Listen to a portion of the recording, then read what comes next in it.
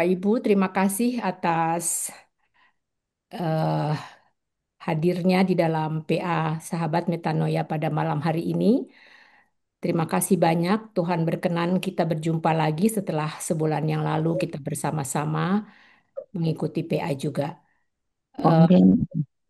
Terima kasih pertama juga kami sampaikan kepada Pendeta Jeffrey Sompotan yang di tengah kesibukannya boleh hadir untuk membimbing kami memberitakan kebenaran firman Tuhan pada malam hari ini. Amin.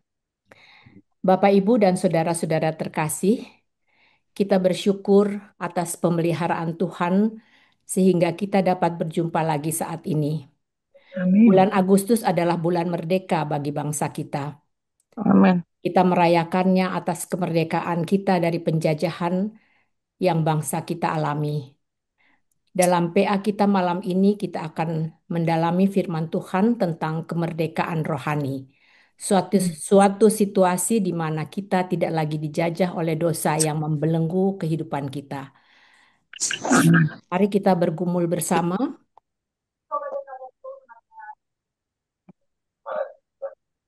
untuk bersama-sama mengikuti ibadah PA malam hari ini dengan tema Merdeka oleh dan di dalam Yesus Kristus.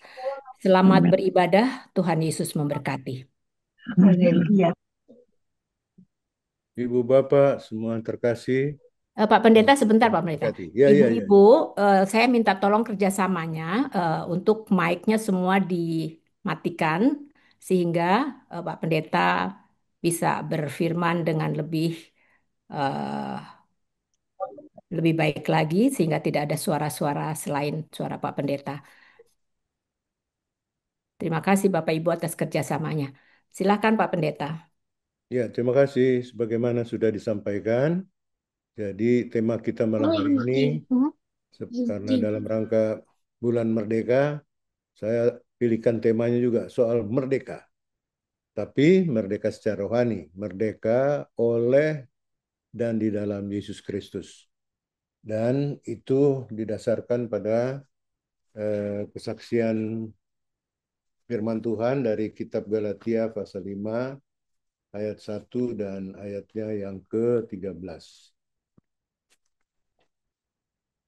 Mari kita mulai, kita menyanyikan pujian pertama-tama.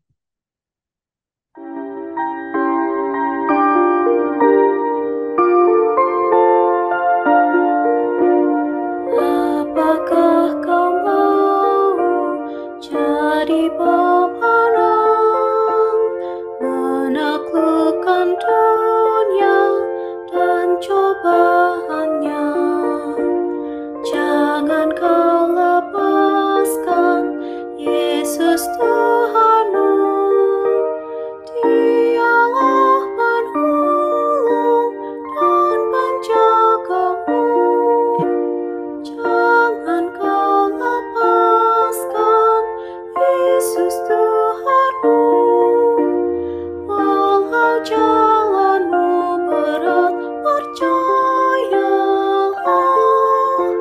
Suka atau duka, musuh dan teman, jangan memisahkan kau dan Tuhanmu.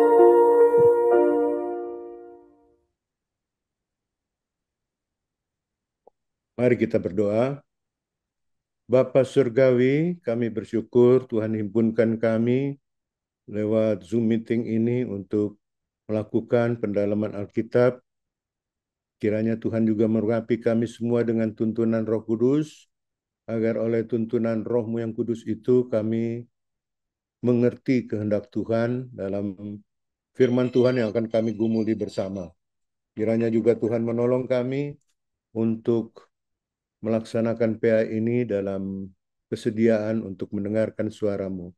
Bukakan hati dan pikiran kami, layakkan kami menerima dan menggumuli firman-Mu. Kami berdoa dan bersyukur dalam nama Tuhan Yesus. Amin. Nah, jadi Ibu Bapak yang terkasih, Galatia 5 ayat 1 dan 13 saya bacakan demikian. Supaya kita sungguh-sungguh merdeka, Kristus telah memerdekakan kita. Karena itu, berdirilah teguh dan jangan mau lagi dikenakan kuk penghambaan. Jadi Kristus telah memerdekakan kita. Itu ayat 1 dari firman Tuhan Galatia pasal 5. Sedangkan ayat 13-nya begini dikatakan. Saudara-saudara, memang kamu telah dipanggil untuk merdeka. Namun janganlah mempergunakan kemerdekaan itu sebagai kesempatan untuk hidup dalam dosa, melainkan layanilah seorang akan yang lain dengan kasih. Jadi itulah dua ayat firman Tuhan itu yang mendasari tema kita soal merdeka oleh di dalam Yesus Kristus. Kita mulai dengan bagian pendahuluannya. Ya. Bulan Agustus adalah bulan kemerdekaan bagi kita selaku satu bangsa. Kemerdekaan itu dicapai melalui jalan yang panjang dan berliku. Sekian lamanya kita sebagai bangsa mengalami penjajahan. Itu kita sudah paham semua situasi itu. Hidup dalam penjajahan membuat hidup kita terkungkung oleh aturan yang sangat menekan. Ya, kita pernah dijajah oleh Belanda, pernah dijajah oleh Jepang secara singkat, walaupun singkat pernah juga disinggahi oleh Inggris, ya, dan sebagainya. Nah, itu ada aturan-aturan yang sangat menekan. Bila tidak melakukannya, hukuman berat menanti. Nah, terbebas dari tekanan merupakan kerinduan yang sangat besar. Itulah sebabnya kemerdekaan sangat didambakan dari kehidupan kita berbangsa dan bernegara. Perjuangan kemerdekaan mengorbankan banyak jiwa anak bangsa, ya. Tak sedikit darah tertumpah. Oleh perjuangan para pahlawan, Tuhan akhirnya menganugerahkan kemerdekaan bagi bangsa Indonesia. Tuh, ya, kita rayakan kemarin di 17 Agustus, ya, meyakini bahwa banyak sekali anak bangsa yang berjuang mempertaruhkan nyawanya untuk kemerdekaan bangsa kita.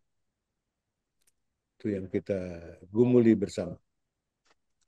Nah, sekarang kita dalam rangka Galatia 5 ayat 1 dan 13 tadi, kita perlu memahami teks tersebut dalam konteks. Ya, dan inilah yang harus kita dalami supaya kita memahami ayat itu sesuai dengan makna yang terkandung di dalam surat Galatia itu sendiri, khususnya di surat Galatia pasal 5. Orang percaya, maksudnya orang Kristen, pada masa pelayanan Rasul Paulus belum sungguh-sungguh dimerdekakan dari ikatan hukum Taurat. Salah satunya adalah praktik sunat, gitu ya. Jadi nanti akan dijelaskan lebih jauh, ya. Jadi orang percaya keturunan Yahudi masih berpegang erat pada ketentuan sunat. Hal itu mereka paksakan harus dikenakan juga terhadap orang percaya keturunan Yunani. Timbullah ketegangan di antara sesama orang percaya yang berbeda asal-usulnya. Jadi kekristenan mula-mula itu ada komunitas Kristen Yahudi, ada komunitas Kristen Yunani. Ya, dan komunitas Kristen Yahudi ini sekalipun dia sudah percaya kepada Tuhan Yesus, tapi ketentuan-ketentuan Taurat masih dijalani. Ya, antara lain adalah ketentuan tentang sunat. Dan kemudian pada waktu orang-orang Yunani kemudian juga menjadi Kristen, mereka mengatakan kalau mau menjadi Kristen mesti jadi Yahudi dulu, mesti disunat. Nah, nanti ada kisahnya bagaimana Paulus menjelaskan hal itu. Tapi hal itu kemudian menimbulkan ketegangan di antara orang Kristen Yahudi dan orang Kristen Yunani. Sama-sama Kristennya, tapi ada latar belakang yang berbeda. Nah, menghadapi situasi tersebut, Rasul Paulus memberi pengajaran melalui suratnya. Beberapa pokok ajarannya untuk mengatasi hal tersebut adalah, nah ini yang harus kita dalami. orang percaya, orang yang percaya kepada Yesus Kristus telah dimerdekakan dari kungkungan hukum Taurat. Ya, salah satu praktek hukum Taurat itu adalah sunat. Jadi Rasul Paulus mengatakan orang yang sudah percaya kepada Kristus sudah tidak secara mutlak melakukan hukum Taurat, karena kemudian nanti Tuhan Yesus mengatakan bahwa yang dipentingkan adalah mengasihi Tuhan Allah dan mengasihi sesama. Bila kedua hal itu dilakukan, sebenarnya kita secara tidak langsung ataupun secara langsung sudah melaksanakan hukum Taurat gitu. Jadi itu yang harus ditekankan, diantisipasi oleh Rasul Paulus menghadapi ketegangan yang terjadi di komunitas Kristen mula-mula, yaitu adanya Kristen Yahudi dan Kristen Yunani. Yang kedua, ya, soal memahami teks dalam konteks, Paulus menekankan bahwa inti hukum Taurat ialah siapa yang melakukannya beroleh pembenaran, atau siapa yang melakukannya dibenarkan oleh Tuhan Allah, gitulah. Sedangkan orang percaya kepada Yesus Kristus beroleh pembenaran atau dibenarkan bukan oleh perbuatannya. Ya, orang percaya, orang Kristen, orang yang percaya pada Yesus Kristus dibenarkan oleh perbuatan Yesus Kristus dengan kematian dan kebangkitannya. Jadi di situ letak perbedaan penghayatan Perjanjian Lama dan Perjanjian Baru yang tekanannya pada hukum Taurat. Kalau hukum Taurat itu kita harus melakukan ini supaya dibenarkan. Kalau orang percaya kepada Yesus, ya Yesus yang melakukannya, ya, dan kita yang beriman kepada Yesus melalui kematian dan kebangkitannya sudah dinyatakan dimerdekakan karena Yesus telah memenuhi seluruh ketentuan hukum Taurat itu, gitu. Itu halnya, ya. Nah, kemudian kita melihat juga hal yang ketiga, perbuatannya atau perbuatan Yesus Kristus itu adalah anugerah Allah karena kasih karunia-Nya. Ya, jadi intinya adalah manusia memiliki tabiat dosa yang tidak dapat dihapus oleh perbuatannya sendiri, juga tidak dengan amal dan ibadahnya. Jadi kita yang berdosa ini tidak mungkin menghilangkan dosa yang melekat pada diri kita melalui apapun juga, tidak bisa. Ya, ini menurut doktrin atau dogma kekristenan, ya, tidak mungkin. Hanya mungkin dihapus oleh tindakan Yesus Kristus, yaitu tindakan yang merupakan anugerah dari Tuhan Allah karena kasih karunia-Nya. Anugerah itu artinya sesuatu yang diberikan, ya, diberikan kepada kita karena beriman kepada Tuhan Yesus Kristus. Jadi dengan beriman kepada Tuhan Yesus Kristus itulah maka kita beroleh pembenaran atau dibenarkan oleh Tuhan Allah. Karena Yesus Kristus telah memenuhi seluruh ketentuan Taurat yang kemudian membawa dosa-dosa kita disalibkan dan dimatikan dalam peristiwa kematian Yesus Kristus. Nah, itu yang harus kita pahami, ya. Ini sesuatu yang sangat dogmatis yang harus kita imani dengan sungguh-sungguh. Jadi kita tidak dibenarkan karena perbuatan kita. Kita dibenarkan karena iman kepada Tuhan Yesus. Tetapi kemudian iman kepada Tuhan Yesus itu menuntut kepada kita untuk melakukan sesuatu, gitu, ya. Dalam hal ini amal dan ibadah. Jadi bukan beramal dan beribadah untuk beroleh pembenaran, tetapi karena kita dibenarkan oleh Yesus Kristus, maka kita beramal dan beribadah. Beramal itu di kekristenan artinya diakonia, ya. Melakukan tindakan-tindakan kasih. Beribadah itu ada dua hal, ibadah ritual, ibadah kepada Tuhan, dan ibadah aktual, yaitu melakukan tindakan-tindakan kasih kepada sesama. Jadi kita juga melakukan amal dan ibadah, tapi bukan dalam rangka dibenarkan, tapi justru karena kita dibenarkan, maka kita beramal dan beribadah. Jadi motivasinya berbeda, titik tolaknya berbeda, walaupun tindakannya sama. Nah, dari atas dasar pemahaman konteks tadi, kita melakukan refleksi sekarang. Ya, refleksi itu artinya apa yang kita pahami itu kita lekatkan kepada diri kita dan kita pantulkan keluar. Ya, dan kita membaca dari Mazmur 51 ayat 5.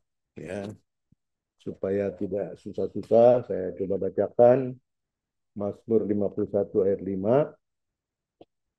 Kalau ibu bapak juga di tangannya atau di depan juga sudah tersedia Alkitab, baik Alkitab buku maupun Alkitab digital, ya silakan saja. Cuma kalau Alkitab digital masih terjemahan baru edisi 1 ya. Kalau saya membacanya dari uh, terjemahan baru edisi 2.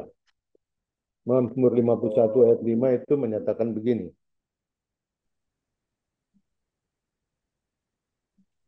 Sebab aku sadar akan pelanggaranku, aku senantiasa bergumul dengan dosaku. Nah, itu ya. Jadi ayat 7 dikatakan, sesungguhnya dalam kesalahan aku dilahirkan dan dalam dosa aku dikandung ibuku. Ya. Jadi Rasul Paulus menegaskan bahwa semua manusia itu telah jatuh ke dalam dosa. Ya, berdasarkan Mazmur 51 ayat 5 dan ayat 7 tadi. Berarti tidak ada manusia yang dapat diselamatkan. Karena semuanya sudah jatuh ke dalam dosa. Dan di dalam Roma 5 ayat 12 dikatakan bahwa upah dosa adalah maut. Ya, jadi itu yang kita refleksikan berdasarkan bacaan kita tadi.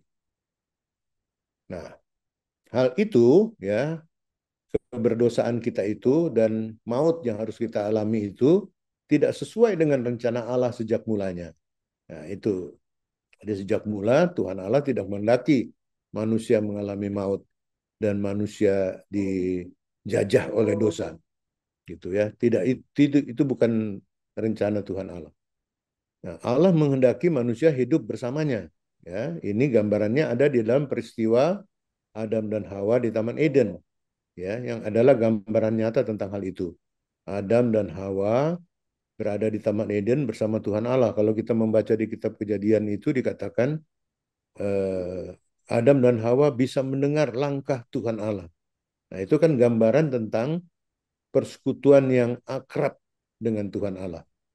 Jadi, gambaran Taman Eden itu itulah rencana Allah sejak mulanya, yaitu Tuhan Allah menghendaki manusia hidup bersamanya dan juga hidup dalam persekutuan atau relasi yang erat, yang akrab, yang hangat, dan hidup dalam bersamanya dia selama-lamanya. Jadi dia tidak merancangkan supaya manusia jatuh dalam dosa dan juga tidak menghendaki manusia mengalami maut. Awalnya begitu. Tetapi karena kita tahu juga cerita Adam dan Hawa di Taman Eden, mereka digoda iblis dan jatuh ke dalam dosa, maka terputuslah hubungan manusia dengan Tuhan Allah. Dan itu dah yang menjadikan kita kemudian mengalami keberdosaan itu. Ya. Nah, Allah berinisiatif untuk menyelamatkan manusia, gitu ya, karena sejak semula Dia tidak menghendakikan manusia terjerumus ke dalam kubangan dosa. Ya, makanya Allah berinisiatif untuk menyelamatkan manusia. Caranya bagaimana? Nah, Tuhan Allah mengutus para nabi. Para nabi dipakai Allah untuk menyampaikan rancangan keselamatannya. Seperti kita ketahui, ini cerita-cerita di dalam atau kisah-kisah yang ada di dalam Perjanjian Lama, ya. Dan pengutusan Tuhan terhadap para nabi itu memuncak pada diri Nabi Musa, ya. Nabi Musa kemudian naik ke Gunung Sinai dan menerima ke-10 hukum sebagai intisari dari hukum Taurat. Jadi hukum Taurat itu ada banyak sekali, ya. Itu banyak sekali, terus dibuat intisarinya dalam ke-10 hukum, ya, yang kita lihat di dalam ke-10 hukum itu. Nah, jadi itu adalah yang dirancangkan Tuhan supaya manusia beroleh keselamatan, ya, itu. Jadi setelah manusia jatuh dalam dosa, Tuhan Allah tetap berinisiatif bagaimana caranya supaya rancanganku sejak semula untuk hidup dalam persekutuan dengan manusia dengan baik seperti di Taman Eden itu tetap terpelihara. Lalu diutuslah para nabi sampai kepada peristiwa Nabi Musa. Nah, ternyata tidak seorang pun yang mampu memenuhi ketentuan Taurat secara sempurna sebagaimana yang ada di dalam Perjanjian Lama. Jadi kan ada rancangan Tuhan untuk keselamatan melalui nabi-nabi, melalui hukum Taurat, melalui Perjanjian Lama, ya. Tapi ternyata kalau pakai bahasa manajemen begitu ya, Tuhan Allah melakukan evaluasi begitu. Wah, ternyata tidak ada manusia yang mampu memenuhi ketentuan hukum Taurat itu. Kita bisa membaca di Galatia 5 ayat 9 dikatakan di situ,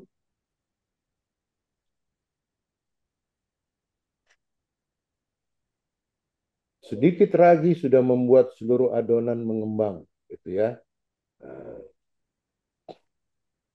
Dan kemudian di dalam ayat 10, dalam Tuhan aku yakin tentang kamu bahwa kamu tidak mempunyai penderian lagi dari ini, namun orang yang mengacaukan kamu akan menanggung hukumannya. Jadi, ternyata Tuhan melihat bahwa apa yang dia lakukan melalui para nabi di Perjanjian Lama itu tidak ada orang yang mampu melakukannya. Ya, tidak ada yang mampu memenuhi ketentuan hukum Taurat itu. Sekalipun demikian, Allah tetap berinisiatif untuk menyelamatkan manusia. Ya, ini soal merdeka di dalam Kristus tadi ya. Tadinya manusia dikungkung dijajah oleh iblis melalui dosa-dosa yang melekat di dalam diri manusia. Namun Allah tetap inisiatif untuk menyelamatkan manusia. Puncak karya keselamatannya adalah mengutus anaknya yang tunggal, Yesus Kristus. Ya. Karena dosa manusia yang begitu besar, maka penebusan yang dilakukannya juga dengan hal yang luar biasa. Ia harus mengorbankan tubuh, darah, dan nyawanya. Gitu. Jadi, mengapa Yesus harus berkorban sebegitu besarnya? Tubuhnya dikorbankan, darahnya dikorbankan, nyawanya dikorbankan, karena dosa manusia begitu besar, sehingga korbannya yang harus diserahkan itu juga besar, gitu ya, gitu.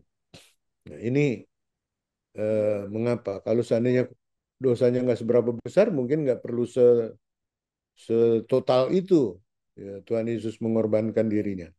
Tapi karena dosa manusia begitu besar, maka korbannya juga sangat besar, yaitu tubuhnya, darahnya, dan juga nyawanya.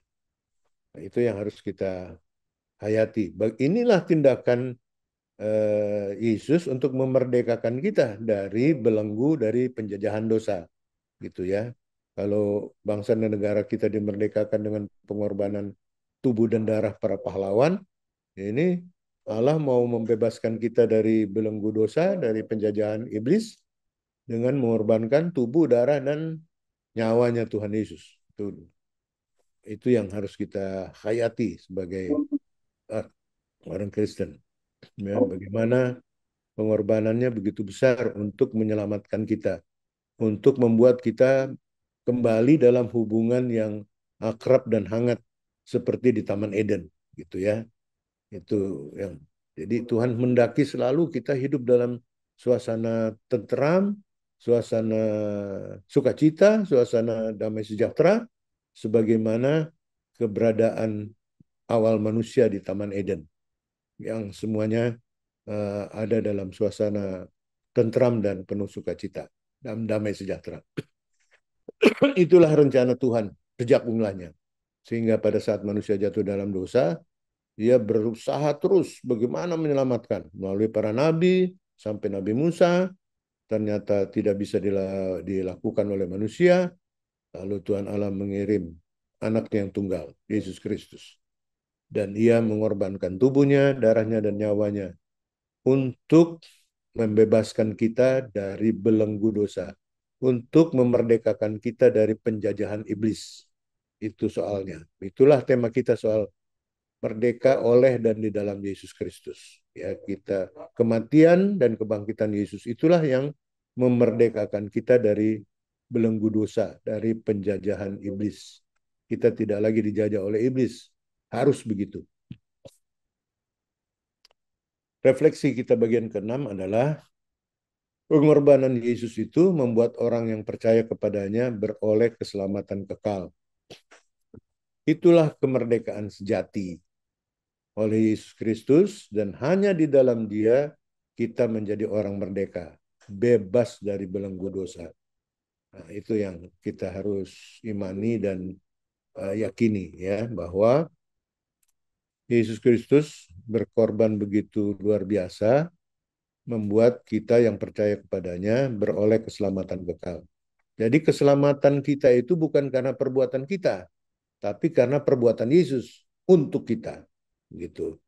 Jadi seperti di awal tadi, ya, bukan karena amal dan ibadah kita diselamatkan, tapi karena kita diselamatkan makanya kita beramal dan beribadah. Gitu. Jadi sekali lagi kita beroleh keselamatan karena perbuatan Yesus, yaitu mengorbankan tubuhnya, darahnya, dan nyawanya. Itulah kemerdekaan sejati, kemerdekaan rohani.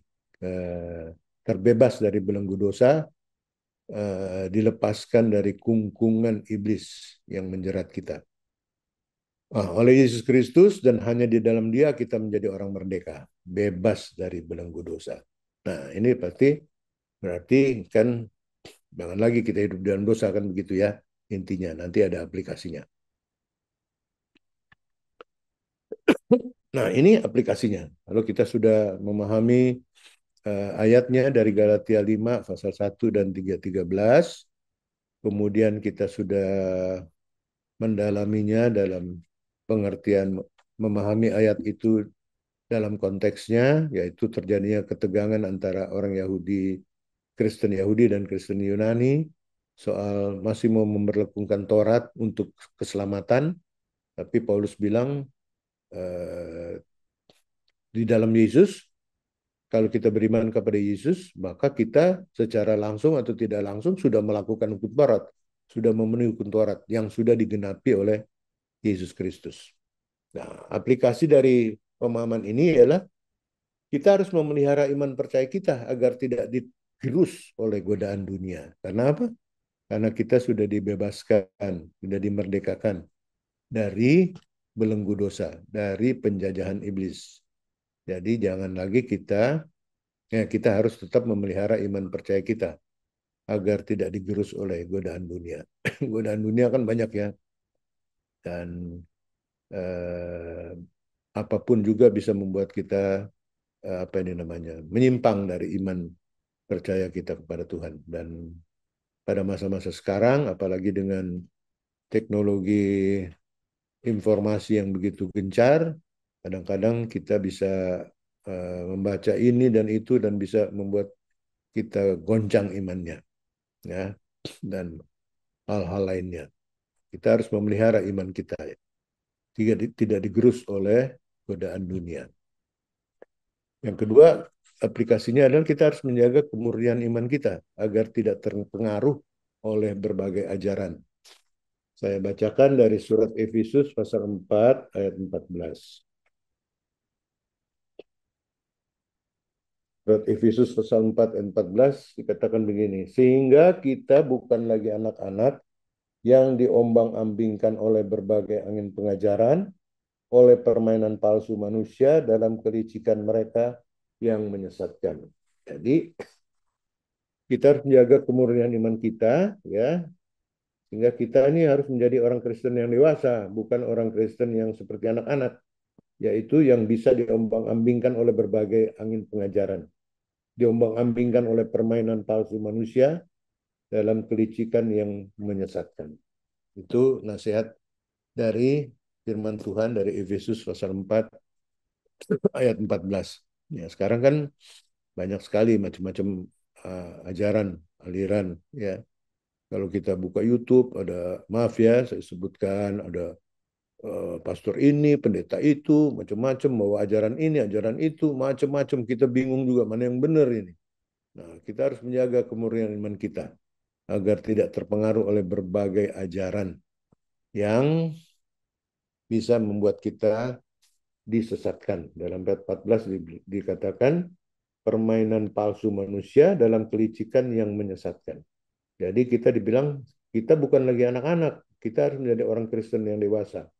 Orang Kristen yang dewasa itu bagaimana? Yang bertumbuh, gitu ya.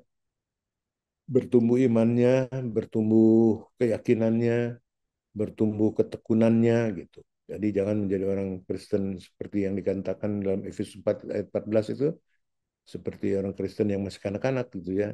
Dibilang gitu, oke. Dibilang begitu, oke, nurut. Nah, ini kita enggak. Kita orang Kristen yang dewasa. Yang orang Kristen yang dewasa itu gimana? Yang sedia menjaga kemurnian imannya, ya, yang tidak lagi mau diombang-ambingkan oleh berbagai angin pengajaran. Macam-macam sekarang angin pengajaran, ya. Kita bisa tergoda dengan macam-macam hal itu. Nah, itulah yang bisa saya sampaikan mengenai PA kita malam ini soal merdeka di dalam oleh dan di dalam Yesus Kristus. Jadi kita dimerdekakan oleh Yesus Kristus dan dimerdekakan di dalam Yesus Kristus. Ya, kita dimerdekakan oleh Yesus artinya Yesus lah yang membuat kita merdeka. Ya, Yesus lah yang membuat kita merdeka secara rohani. Merdeka dari kungkungan dosa, merdeka dari penjajahan iblis. Yesus yang mengerjakannya dan kita harus tetap berada di dalam Dia. Ya, supaya kita tetap teguh beriman, ya, sehingga kemerdekaan yang kita peroleh tidak sirna karena kita tetap berada di dalam Dia. Kalau kita berada di luar Dia, kita bisa walaupun sudah dimerdekakan bisa jatuh juga di dalam dosa. Kalau kita tidak hidup di dalam Dia, ya, kita hidup di dalam Dia, Dia hidup di dalam kita. Itu kan apa itu ya? Ajaran Tuhan Yesus yang sangat penting, ya. Aku di dalam engkau, engkau di dalam aku. Maka seperti apa namanya carang yang menempel pada batang pohon tetap berbuah, gitu ya. Kalau tidak menempel pada batangnya, artinya tidak melekat pada Tuhan Yesus, kamu akan mati, tidak berbuah. Nah, itu yang dimaksud dengan merdeka di dalam Yesus. Artinya kemerdekaan kita tetap terpelihara karena kita ada di dalam Yesus. Terus ada di dalam Yesus. Jadi kita yang telah dimerdekakan oleh Yesus harus melakukan hal ini, dua hal ini, memelihara iman percaya kita agar tidak digerus oleh godaan dunia dan juga terus menjaga kemurnian iman kita agar tidak terpengaruh oleh berbagai ajaran. Harus menjadi orang Kristen yang dewasa. Nah, ini bagian penutupnya. Ini hanya apa nih, pesan moralnya. Nah, hidup merdeka dari dosa oleh Kristus harus dinyatakan dengan kesediaan kita untuk saling melayani dalam kasih. Itu yang ada di dalam Galatia 5 ayat 13 tadi. Ya, yang menjadi dasar daripada tema kita, bacaan firman Tuhan kita. Ya, Galatia 5 ayat 13. Saudara-saudara, memang kamu telah dipanggil untuk merdeka. Kamu telah dipanggil untuk merdeka. Ya, dipanggil untuk merdeka. Orang yang dipanggil itu kan bisa mau dipanggil, ada juga yang nggak mau kan. Nah, kita ini, saya harap kita sungguh-sungguh orang yang mau dipanggil untuk dimerdekakan oleh Yesus. Namun kita harus hidup terus di dalam Yesus. Janganlah mempergunakan kemerdekaan itu sebagai kesempatan untuk hidup dalam dosa. Kita sudah dimerdekakan, jangan hidup lagi di dalam dosa. Melainkan layanilah seorang akan yang lain dengan kasih. Melayani seorang akan yang lain dengan kasih. Ya, saling melayani dalam kasih. Itu yang harus kita jalani sebagai orang-orang yang sudah dimerdekakan oleh Kristus. Melayani, saling melayani dalam kasih. Nah, kita nyanyi dulu ya. Dan terus.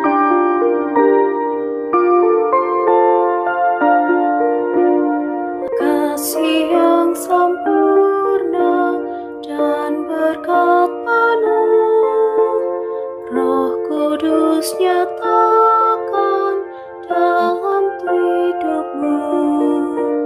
Jangan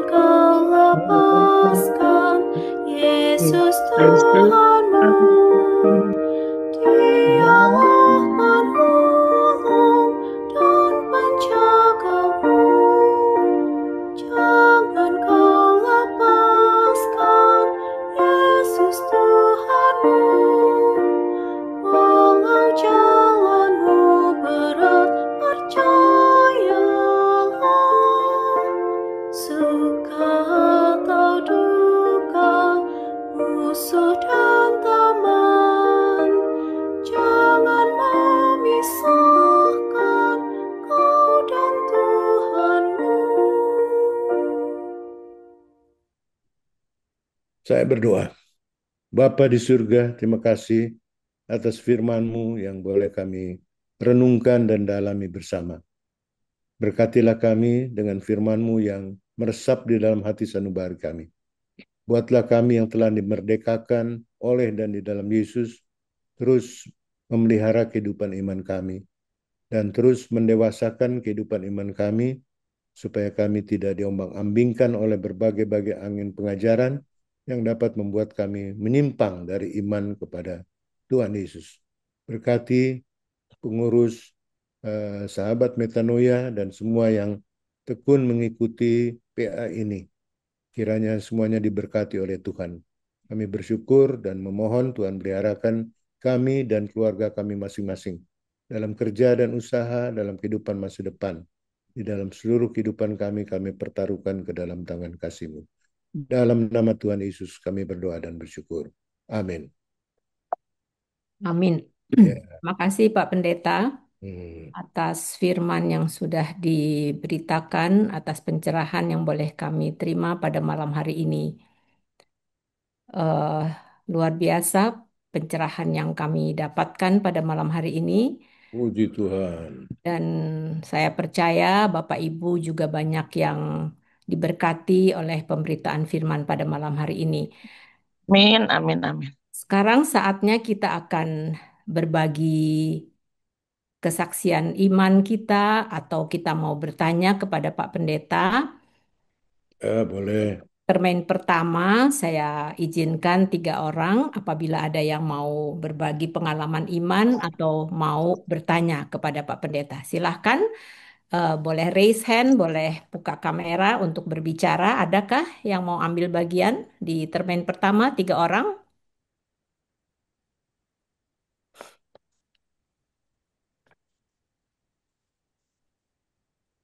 Biasanya malu-malu nih kalau pertama nih. Nah, maksud sih? Iya, ayo, siapakah yang mau? Pak Hani, Hani Tahapari. Pak Hani Tahapari, silakan Pak Hani duluan ya. Nanti mungkin di belakang Pak Hani akan ada yang tidak malu lagi. Pak Hani, silakan Pak Hani. Baik, terima kasih Ibu Emi. Kasih Eh, Pak. Pak Pendeta, bagus sekali Pak yang Terima Bapak kasih, Tuhan berkati. sampaikan Pak ya. Eh, Pak Pendeta, tentu kalau kita di gereja pada saat kita beribadah, kita merasakan bahwa sungguh kita senang, nyaman pada saat kita eh, beribadah bersama dengan teman-teman gereja dan juga kita pasti merasa bahwa kita aman dan juga kita nyaman, bahkan kita bersuka cita, Pak, di dalam gereja bersama dengan uh, seluruh saudara-saudara kita seiman. Nah, Pak Pendeta, pada saat kita keluar dari gereja dan memasuki kehidupan yang nyata di tengah-tengah masyarakat, di tengah-tengah pergaulan, uh, ada rasa kita agak berkurang rasa kemerdekaan itu, Pak Pendeta. Nah, inilah yang yang sering terjadi, ya terutama saya Pak, apalagi pada saat bergaul di kantor, bergaul bersama dengan teman-teman, ya sepertinya apa minoritas mayoritas ini sangat sangat dominan gitu Pak Pendeta, sehingga kita kurang begitu merdeka untuk menyampaikan eh, apa kesaksian kita kepada orang-orang yang belum atau tidak mengenal Yesus. Pak Pendeta, mohon pencerahannya. Apa yang harus kita lakukan pada saat kita ngobrol-ngobrol dengan teman-teman kita yang belum seiman, dan apa eh, yang harus kita eh, tentu kita berdoa. Setelah kita berdoa dalam hati tentunya, dan kita mengatakan bahwa Tuhan kita itu hidup, dia tidak mati. Nah, bagaimana caranya kita untuk menyampaikan ini kepada teman-teman kita agar mereka, eh, kita tidak memaksa mereka untuk percaya, tapi kita harus katakan bahwa Tuhan kita itu adalah Tuhan yang hidup, tidak mati, dan bahkan bangkit dan menyertai kehidupan eh, beriman kita. Mungkin itu eh, barangkali Pak Pendeta, mohon tambahan pencerahannya lagi. Kira-kira apa yang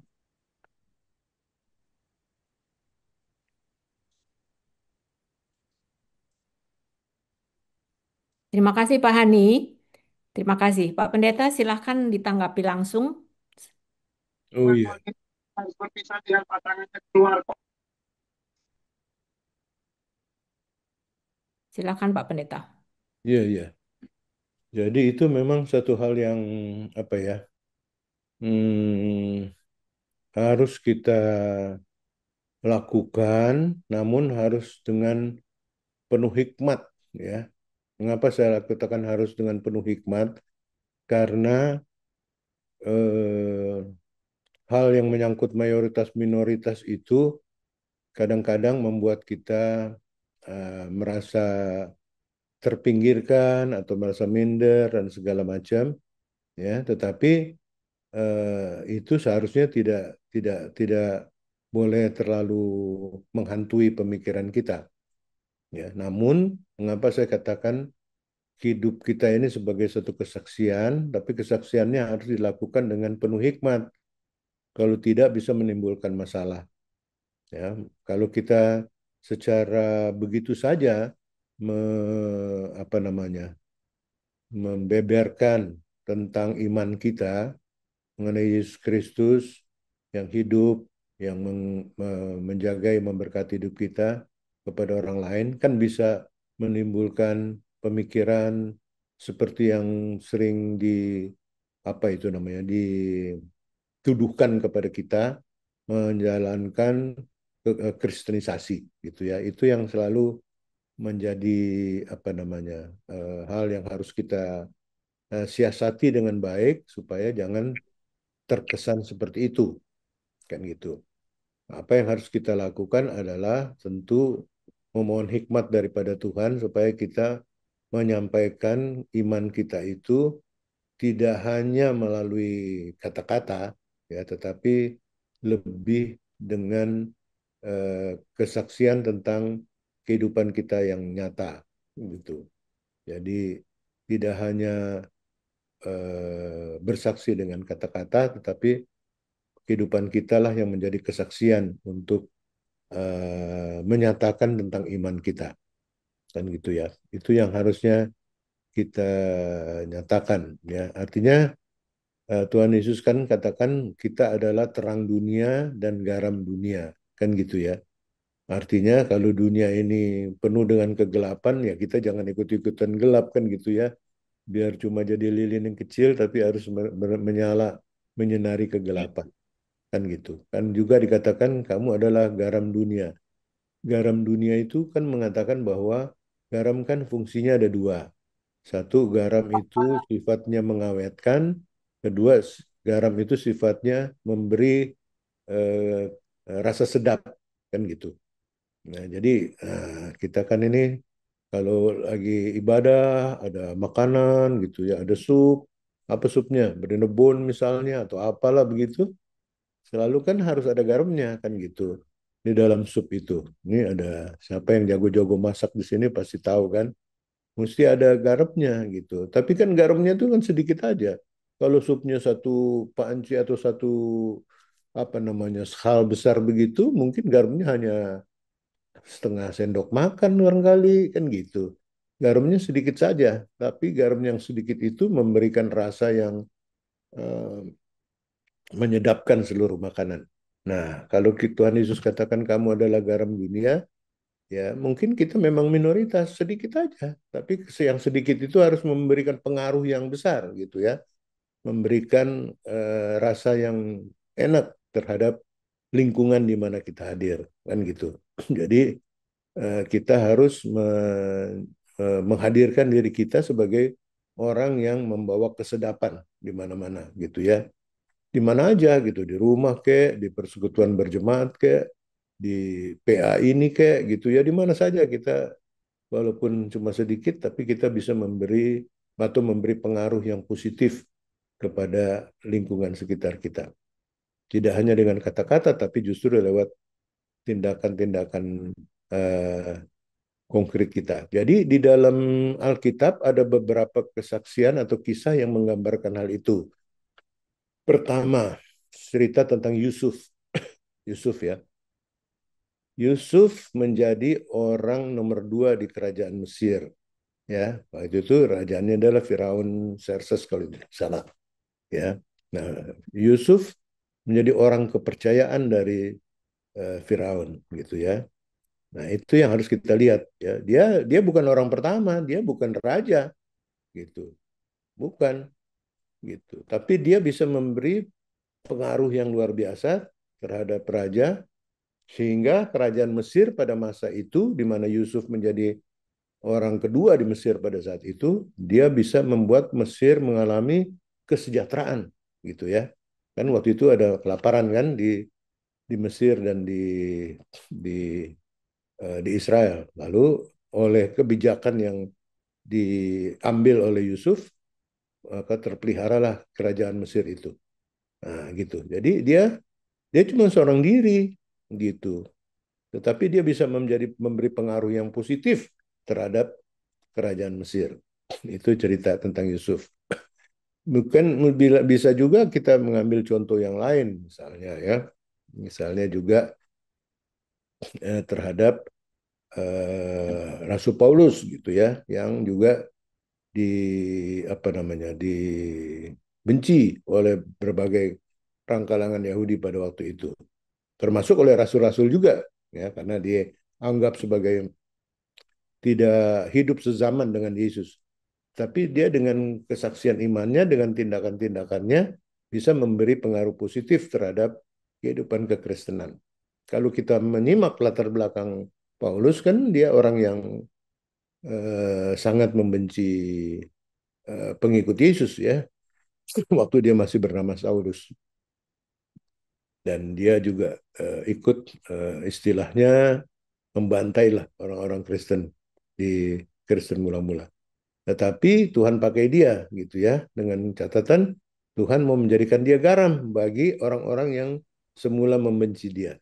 Jadi kita melihat bahwa apapun yang kita lakukan hendaknya itu menyangkut dalam 2 hal tadi. Kita tetap menjadi terang bagi sekeliling kita, menjadi garam, artinya memberi rasa nyaman, kesedapan bagi lingkungan di mana kita hadir.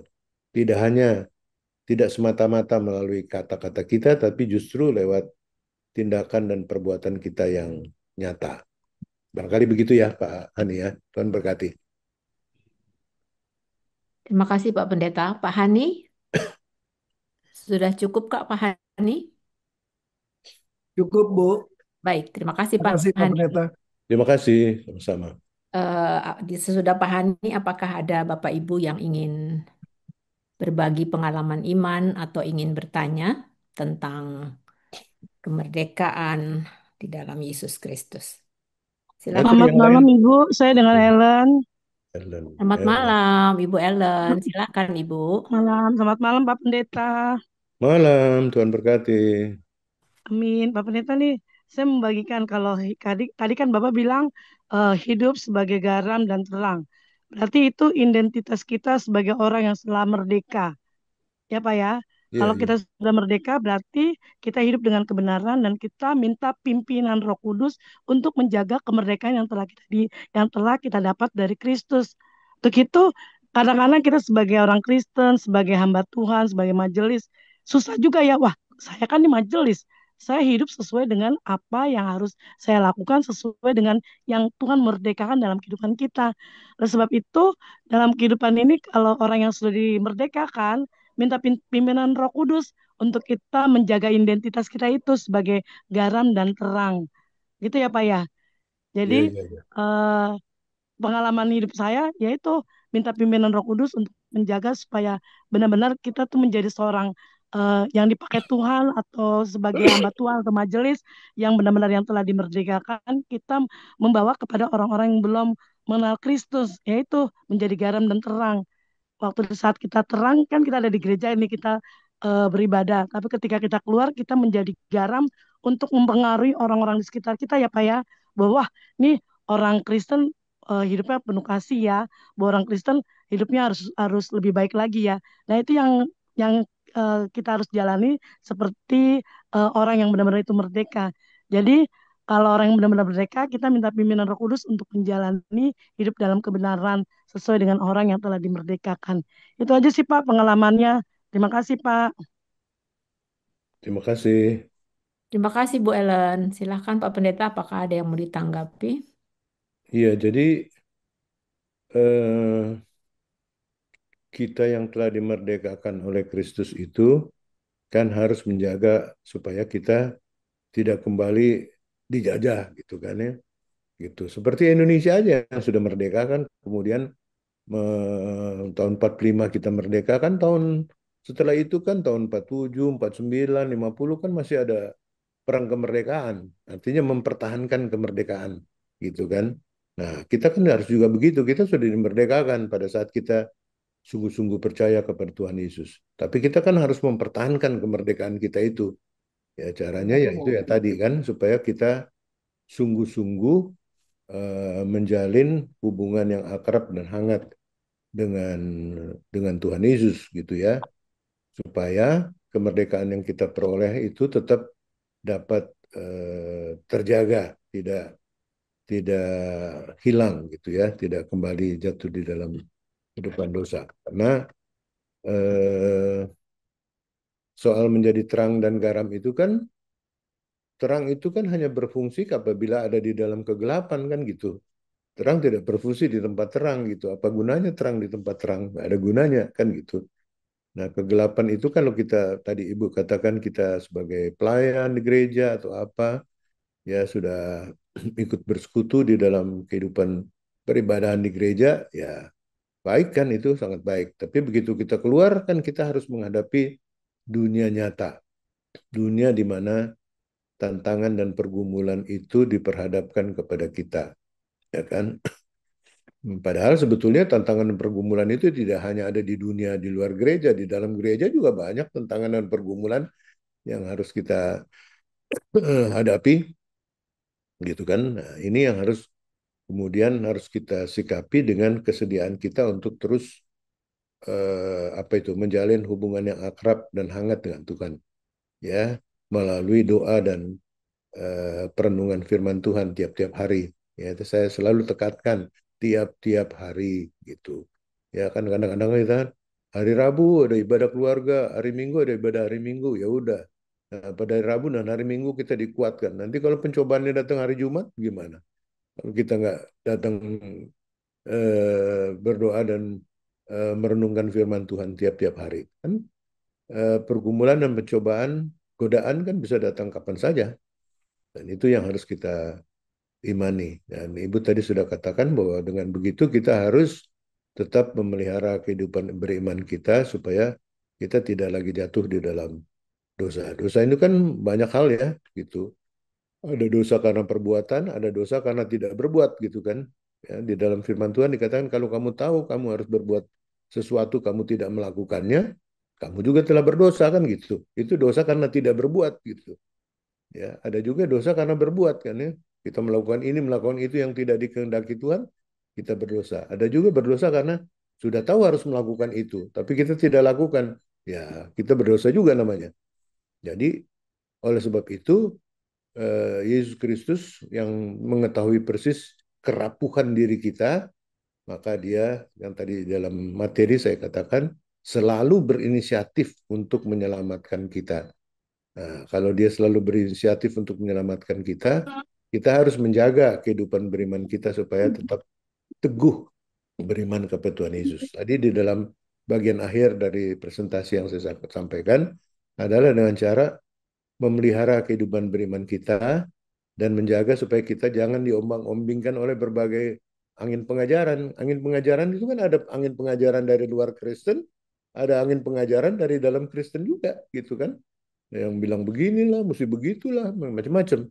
Sehingga kita terombang-ambing dalam kehidupan beriman yang membuat kita nanti bisa apa namanya terseret dalam kehidupan yang tidak berkenan lagi kepada Tuhan. Jadi kita harus tetap bertumbuh di dalam iman. Yang tadi di dalam Efesus 4 dikatakan ya, jangan menjadi, kamu tidak lagi anak-anak, kamu harus jadi orang dewasa yang tidak lagi diombang-ambingkan oleh rupa-rupa angin pengajaran. Nah, iman kita itu harus bertumbuh dengan cara yang tadi itu, dalam persekutuan dengan Tuhan tiap-tiap hari. Tuhan Yesus memberkati Bu Eli ya. Bu Eli apa Ibu Ellen tadi? Ellen, Bu Ellen. Ellen ya. Ellen, Tuhan Pak. berkati. Terima kasih. Terima Terima kasih Pak kasih Bu Pendeta. Ellen. Terima kasih Pak Pendeta. Terima kasih. Saya lihat Pak Edi Misro sudah on. Silakan Pak Edi. Nah, ini Ya, bajunya, ini kaos merdeka itu, kaos merah tuh. Merdeka. selamat selamat malam Pak Pendeta. Terima kasih Ibu Ame Terima sudah kasih. memberikan saya kesempatan. Yang pertama begini Pak Pendeta, bahwa kita itu diajarkan bahwa kalau mau mendapatkan sesuatu harus ada cost-nya, harus ada biaya yang dikeluarkan untuk kita mendapatkan sesuatu. Jadi pemahaman yang dijelaskan oleh Pak Pendeta tadi itu oleh banyak orang, memang ini aneh nih, nggak mengeluarkan biaya, tetapi mendapatkan anugerah, akan gitu yang selama ini banyak diperbincangkan. Tidak mengeluarkan sesuatu, tetapi mendapatkan. Padahal yang wajar adalah melakukan sesuatu untuk mendapatkan sesuatu, akan gitu. Nah, Hmm. itu yang perlu penegasan yang selalu dan selalu bagi pemeluk Kristus. Hmm. Agak terputus Pak Edi suaranya.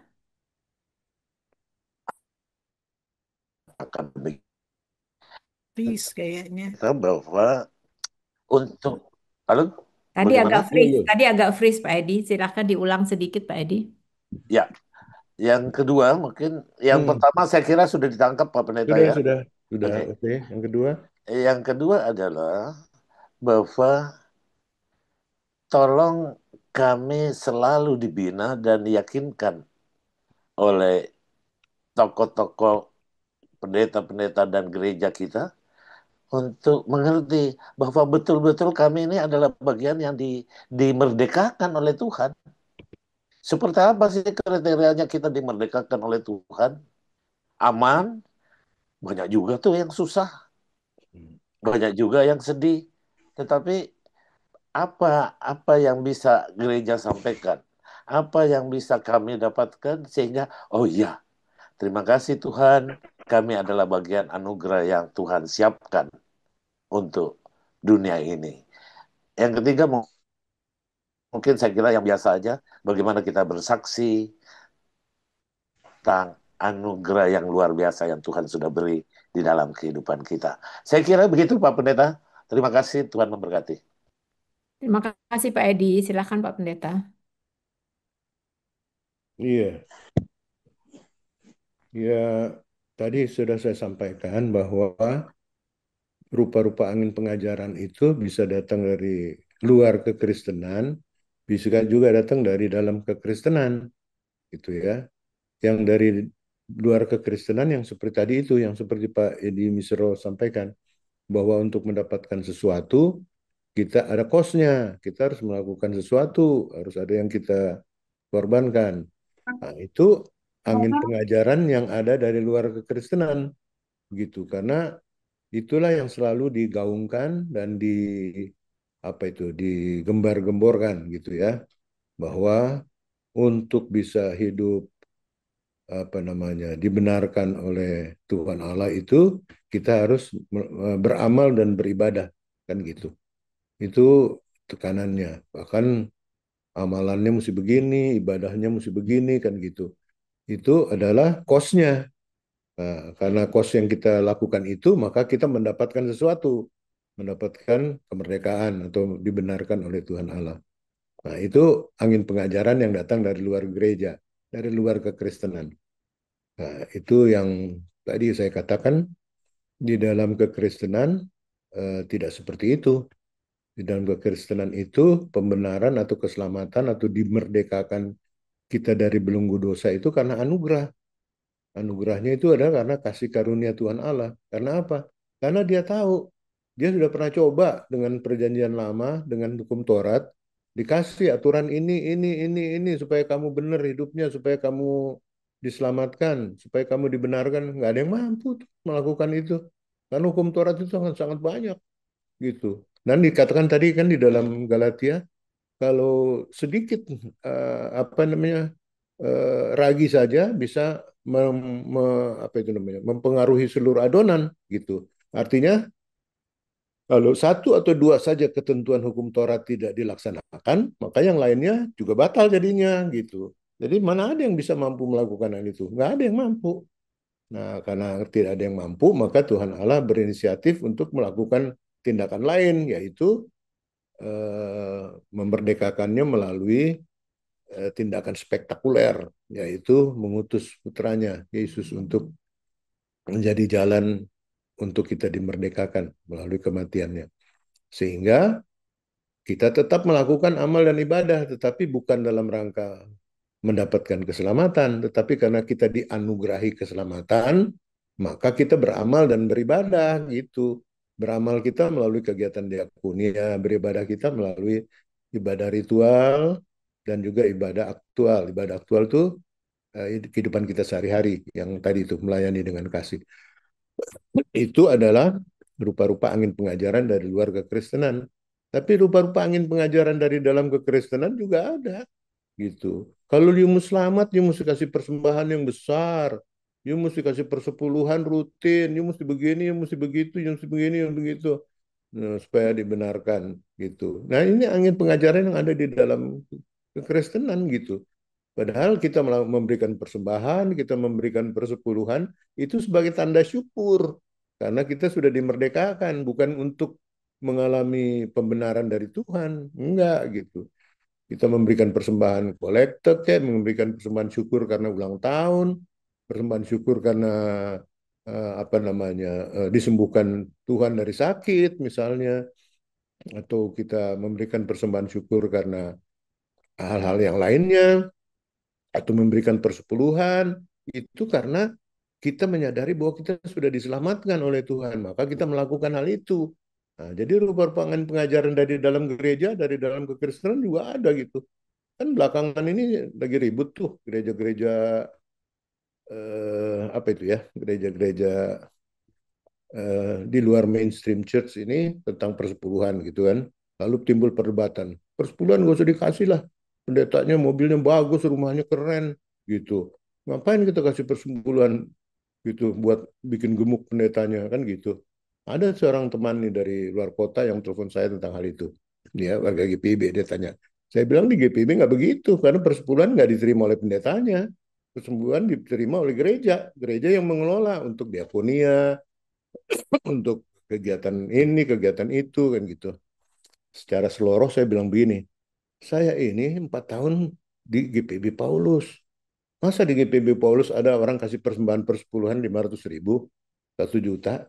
Kan persembahan persepuluhannya kan gede-gede, ya kan? Kalau saya selama 4 tahun di Paulus terus terima persembahan persepuluhan dari sekian banyak orang, masa rumah saya di Petukangan, rumah saya di Pondok Indah dong, gitu ya, gitu. Nggak saya bilang jadi nggak begitu. Jadi persepuluhan itu kita berikan bukan untuk pendetanya, untuk pelayanan gereja, gitu. Nanti gereja yang mengelola untuk ini itu, karena kita memberikannya bukan untuk manusia, tapi untuk dipersembahkan kepada Tuhan sebagai tanda syukur karena kita sudah dimerdekakan oleh Yesus Kristus. Jadi kita memberikan itu sebagai ucapan syukur gitu. Kita beramal juga kan gitu, tapi sebagai tanda syukur bukan untuk beroleh keselamatan atau beroleh keselamatan melalui pendetanya gitu kan, nggak begitu.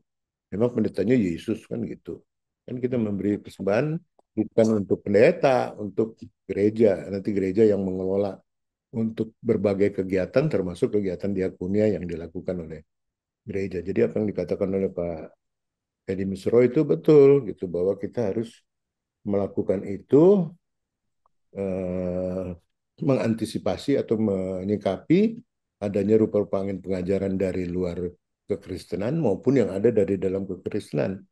Ya, soal kita menjalani kehidupan dengan merdeka itu ya, harus kita syukuri segala sesuatu ya, supaya kita mensyukuri kemerdekaan yang Tuhan berikan itu bagi kita, sehingga kita dapat menjalani kehidupan dengan damai sejahtera, walaupun dalam berbagai keterbatasan, tapi penuh sukacita, penuh damai sejahtera. Itu yang paling penting saya kira. Terima kasih, Tuhan berkati. Terima kasih Pak Pendeta. Terima kasih Pak Edi. Ada lagi Pak Edi? Cukup Pak? Terima kasih Pak Edi. Tuhan berkati.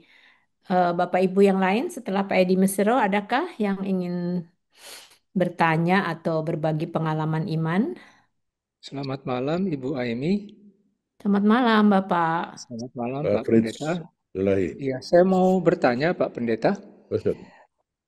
Pada saat pergerakan reformasi Luther, itu kan juga dicetus oleh perbedaan pandangan bahwa pada saat itu Gereja Katolik Roma menganggap bahwa keselamatan bukanlah anugerah, tapi salah satunya juga berdasarkan dari hasil usaha manusia lah, dan yang itulah kemudian ditentang oleh Luther bahwa karena anugerah Allah sematalah manusia itu bisa diselamatkan dan juga bukan karena hasil usaha manusia.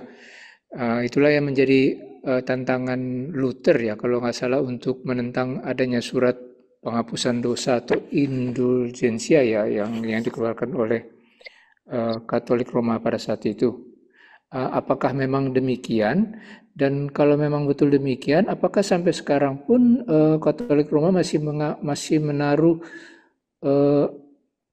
dualisme gitu bahwa selain keselamatan itu adalah anugerah juga harus diiringi oleh perbuatan baik. Jadi perbuatan baik itu yang memberikan keselamatan.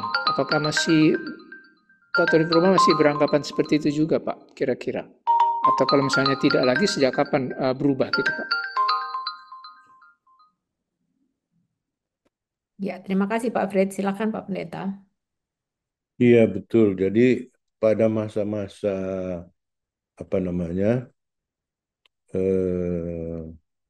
sebelum reformasi, ada pemahaman-pemahaman atau dogma-dogma gereja Katolik Roma yang seperti itu. Bahkan ada dua dogma yang eh,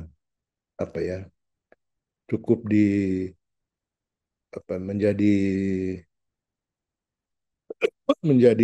dikritisi oleh para reformator pada saat itu. Yang perlu kita ingat, para reformator itu khususnya Martin Luther, dia juga seorang rahib Katolik ya, gitu. Jadi dia bukan orang dari luar Katolik, dia rahib Katolik, Martin Luther. Tetapi dengan adanya doktrin-doktrin atau dogma-dogma gereja yang menurut dia tidak sepenuhnya bersandar pada Alkitab, dia kemudian melakukan reformasi. Ada dua yang menjadi, yang tadi yang ketiga dengan yang Bapak katakan soal surat pengampunan dosa itu, yang harus dibeli ya, dengan sejumlah dana.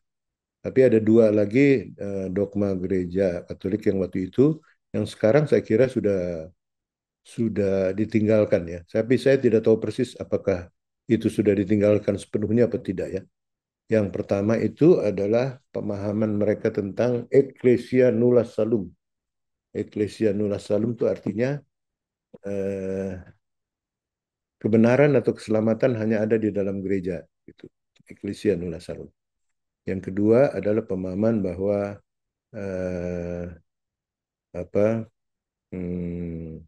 pimpinan gereja Katolik ini Paus ya, eh, Paus tidak dapat berbuat salah. Itu ada dogmanya yang mengatakan, eh, saya lupa istilahnya, tapi itu dua hal itu.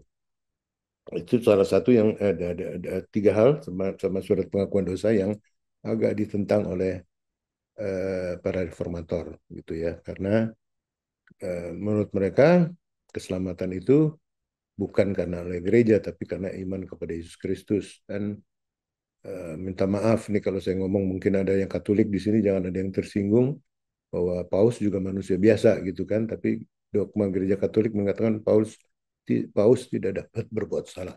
Eh, apa ya istilahnya, saya lupa. Nah, ini kemudian memicu pemikiran-pemikiran untuk back to the Bible. Gitu. Back to the Bible itulah yang kemudian melahirkan gerakan reformasi, yang melahirkan gereja-gereja Protestan, mainstream church. Nah, itu.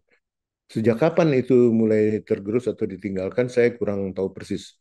Tapi ada beberapa konsili gereja Katolik yang kemudian apa itu namanya, melahirkan pemahaman-pemahaman untuk juga back to the Bible. Dulu gereja Katolik, umat gereja Katolik tidak diperkenankan membaca Alkitab dan tidak diperkenankan memberitakan firman Tuhan selain para rahib-rahibnya, romo-romonya ya. Karena kewibawaan Alkitab itu harus dipegang oleh para apa ini romo-romonya gitu ya. Nggak bisa dilakukan oleh semua orang. Tapi sejak Konsili Vatikan yang keberapa begitu, saya juga kurang tahu persis, sudah ada perubahan bahwa dapat dibaca, direnungkan atau dipahami oleh umat. Dulu tafsiran dan segala macam itu hanya boleh dikeluarkan oleh Vatikan. Nah itu. Jadi kemudian hal-hal itulah yang membuat rahib-rahib Katolik, khususnya Martin Luther, kemudian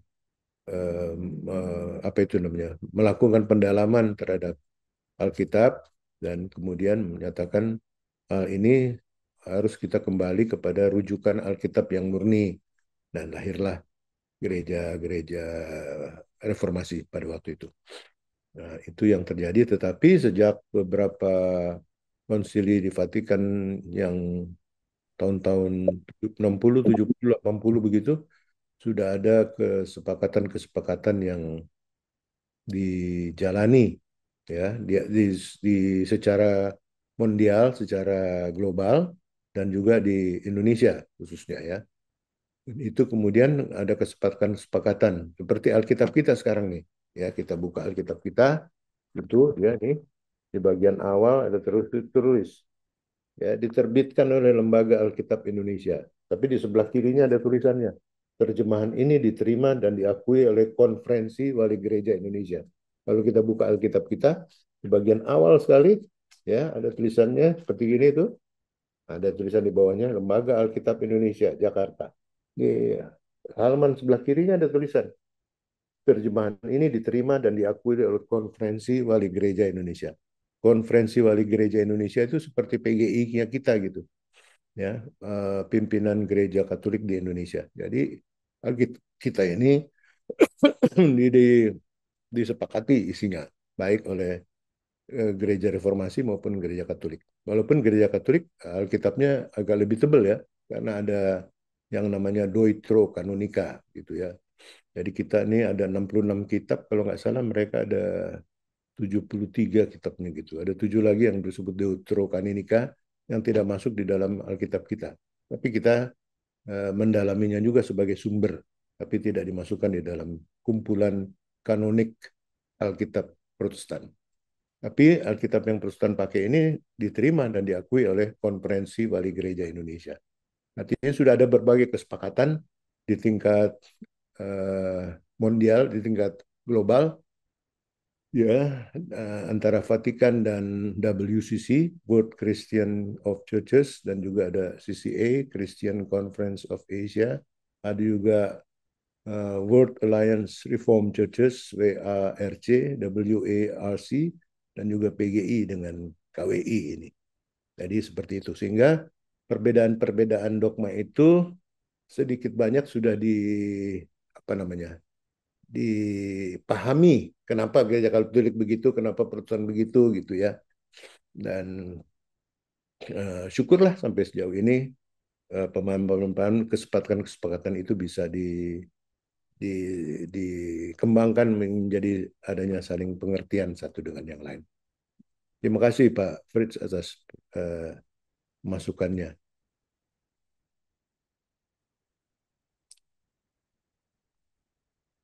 Terima kasih Pak Fritz, terima kasih Pak Pendeta. Setelah Pak Fritz, apakah kita baru 8.26, masih ada waktu setengah jam kalau memang masih ada yang mau bertanya atau berbagi pengalaman iman. Silahkan Bapak Ibu. Yuk, orang Jawa bilang karena saya lama di Jogja, oh coy sini sin. Ya, bebas-bebas aja. Ada Pak Roni Humuri dari Jurang Mangu. Pak Roni, apakah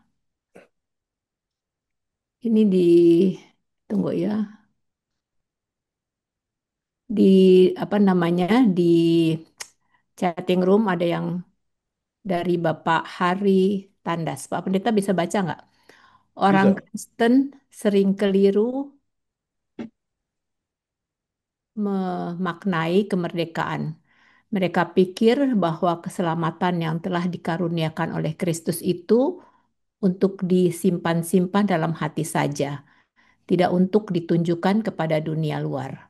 Sejatinya kemerdekaan iman seperti itu adalah iman yang kosong. Dalam Yakobus 2, pasal 2 ayat 20, hai manusia yang bebal, masuklah engkau mengakui sekarang bahwa iman tanpa perbuatan adalah iman yang kosong.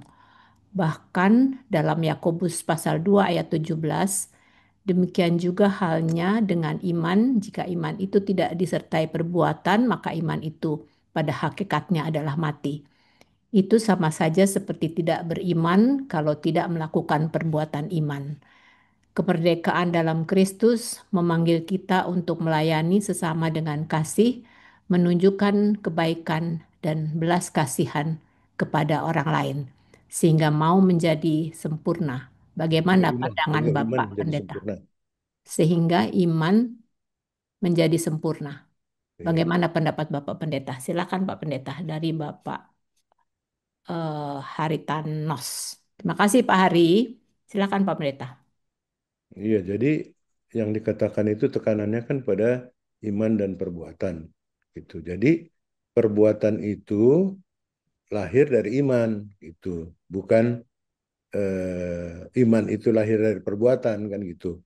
Itu yang tadi saya katakan, ada rupa-rupa angin pengajaran, ada angin pengajaran dari luar kekristenan yang mengatakan bahwa perbuatan itulah yang melahirkan iman kan gitu.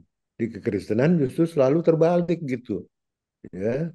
eh, Iman itulah yang melahirkan perbuatan. Jadi perbuatan kita apapun juga yang kita lakukan itu dasarnya adalah karena iman kita kepada Yesus Kristus.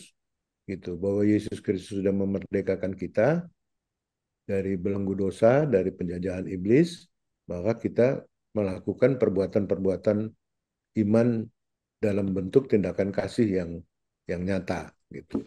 Itu yang tadi ditekankan. Seharusnya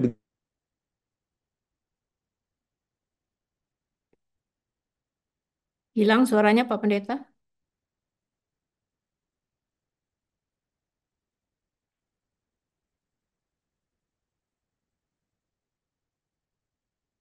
Pak Pendeta suaranya hilang?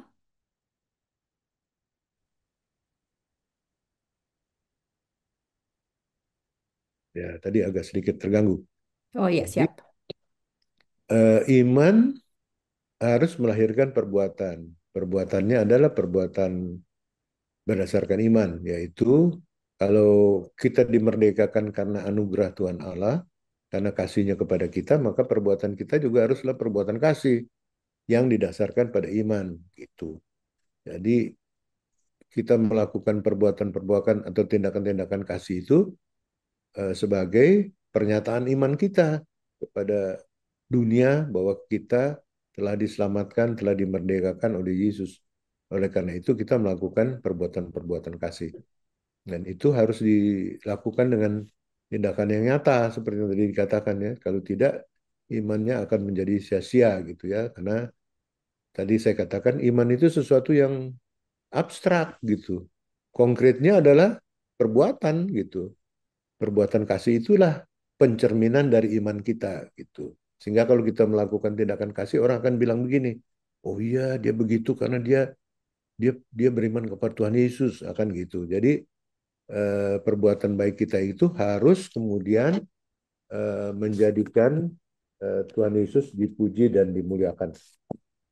Nanti saya cari ya, ayatnya ada di Injil Matius tuh, tapi karena ini tiba-tiba muncul, jadi saya mesti cari dulu nih di Matius berapa tuh. Eh,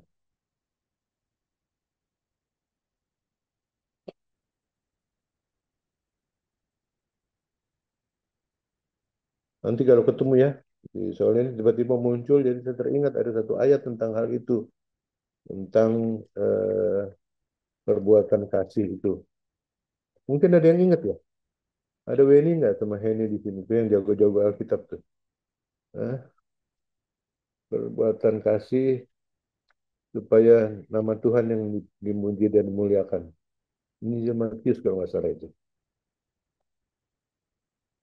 Hmm,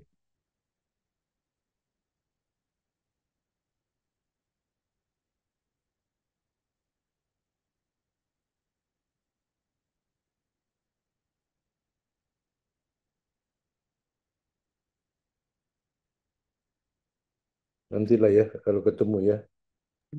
Di Matius 5, Pak, ayat 16. Matius 5 ayat 6. 16. Ini siapa yang kasih petunjuk sama saya nih? Saya dengan Ellen, Pak, GPP Penabur. Oh, ini luar biasa. Iya benar itu dia. Betul. Makasih Bu Terima kasih Ellen. ya, Bu Ellen ya. Matius 5 ayat 16. Saya tadi udah cari Matius 5, 6, 7 nggak ketemu. Padahal udah saya garis bawah ini dengan merah nih. Matius 5 ayat 16. Demikianlah hendaknya terangmu bercahaya di depan orang supaya mereka melihat perbuatanmu yang baik. Jadi perbuatan baik kita harus dilihat orang. Itulah kesaksian. Dan perbuatan baik kita itu memuliakan Bapa yang di surga. Matius 5 ayat 16. Jadi jangan perbuatan baik itu kemudian membuat nama kita dipuji dan dimuliakan. Wah, itu nggak motivasinya nggak benar. Jadi hendaknya terangmu bercahaya di depan semua orang supaya mereka melihat perbuatanmu yang baik dan memuliakan Bapamu yang di surga. Jadi perbuatan baik kita itu kepada orang lain membuat orang lain itu memuliakan Bapa yang di surga. Itu. Karena kita yakin bahwa perbuatan baik kita ini karena pencerminan iman kita atas kemerdekaan yang Tuhan Yesus berikan. Jadi yang dia lihat bukan diri kita. Perbuatan baik kita itu kemudian membuat dia melihat Tuhan Yesus yang menggerakkan kita oleh iman kita kepadanya. Ya, itu Matius 5 ayat 16. Terima kasih ya Bu Ellen. Waduh, Pak Penabur sekarang pendetanya siapa ya? Dulu pendeta Erik. Pendeta Yosef Aeng. Waduh, Yosef Aeng. Iya, Luar Pak. biasa. Ya, ya, ya. Salam ya buat Pak Pendeta Yosef Aeng ya. Iya, Pak, nanti saya sampaikan. Betul. Jadi betul Matius 5 ayat 16. Jadi perbuatan baik kita mencerminkan tindakan Yesus yang baik kepada kita sehingga orang lain yang menerima perbuatan baik kita memuliakan Bapa yang di surga. Jangan memuliakan kita. Baik loh si pendeta sompotan ini. Walah. Nah, nggak perlu. Perbuatan baik kita harus membuat orang memuliakan Bapa yang di surga. Matius 5 ayat 16. Terima kasih yang bertanya tadi Pak. Siapa tadi? Pak Haritanos. Terima Pak kasih Pak Haritanos. Haritanos. Terima kasih. Pertanyaan yang bagus Juga sekali. Ibu Ellen, terima kasih. Terima kasih Bu Ellen. Bapak Iya, Ibu yang Ibu. lain, apakah masih ada yang ingin bertanya atau berbagi pengalaman iman atau ingin sharing? Pak Frans Lumingkewas biasanya rajin nih bertanya. Pak Frans, Oh silakan. iya. Waduh, luar biasa. Baru selesai latihan paduan suara ya, Pak? Selamat malam, Pak Pendeta Nah, Jeffrey sama Ayu. Jadi saya baru gabung soalnya tadi habis latihan paduan suara sektor dari silakan Pak Oh, Frans. Ya, Nah, suaranya ini terdengar sih. tadi saya nggak ikuti dari pertama, cuman kedengarannya ini masih berbicara soal kemerdekaan. Mm-mm. Apakah itu kayak di Galatia 5 juga kan? Itu Iya, ada masalah soal kemerdekaan gitu. iya Ya, memang memang dari dari situ, situ Pak. ayatnya, Pak. Galatia Ayatnya 5 ayat gitu. 1 dan Begini tiga Pak belas. Pendeta, saya kan ada di WA grup saya ini ada yang tulisannya gemar membaca Alkitab. Cuman saya sudah lupa singkatan itu, dia cuma selalu dia dia nggak nulis nama tapi dia tulis GITS. Tapi kalau saya lihat dari cara-cara dia berbicara itu, mereka itu aliran gereja yang diterbitkan di Amerika. Jadi mereka ini kayak karismatik.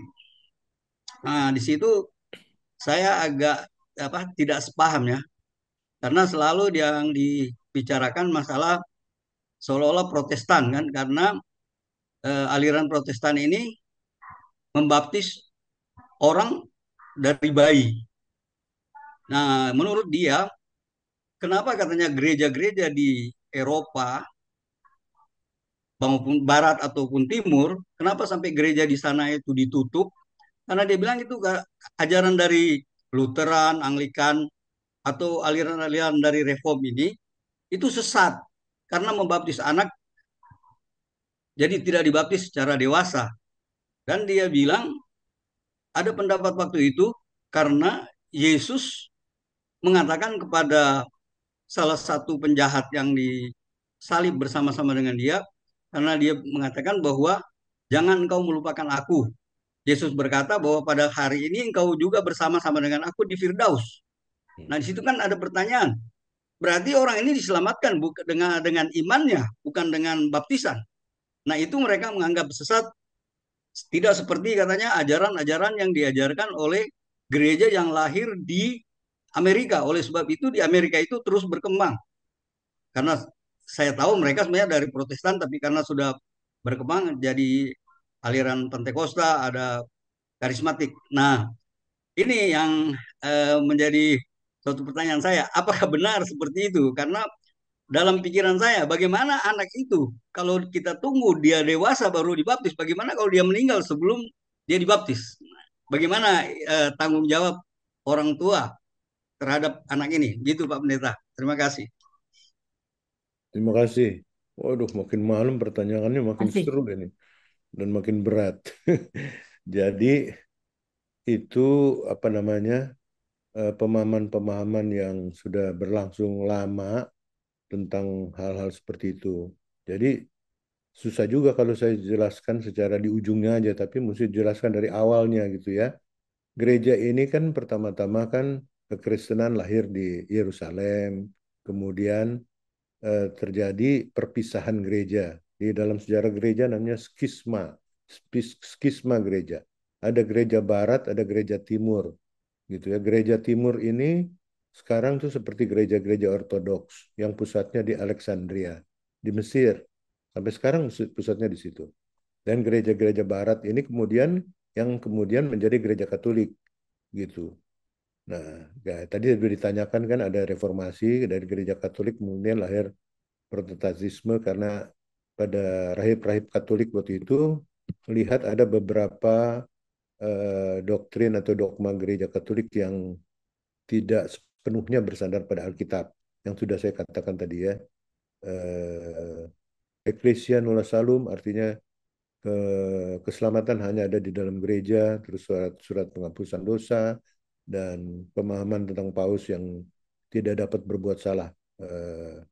Itu kemudian dikritisi oleh para rahib Katolik sendiri yang melahirkan gereja Protestan.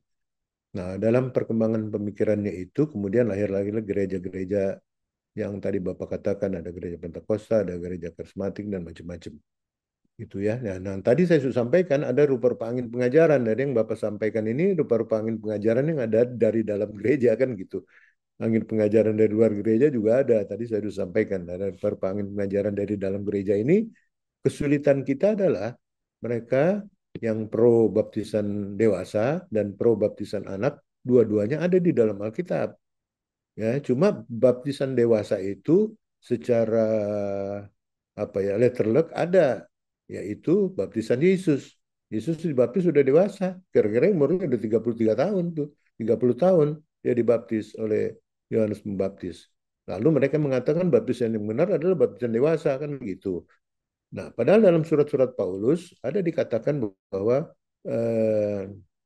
Rasul juga melakukan pembaptisan, antara lain Paulus membaptiskan satu rumah gitu ya, bapaknya, ibunya, bahkan sisi rumahnya ada hamba-hamba di situ dan anak-anak ya. Nah, tapi tidak tertulis, tapi dipahami bahwa kalau namanya satu rumah berarti ada bapaknya, ada ibunya, ada apa namanya, ada hamba-hamba di situ dan anak-anaknya gitu.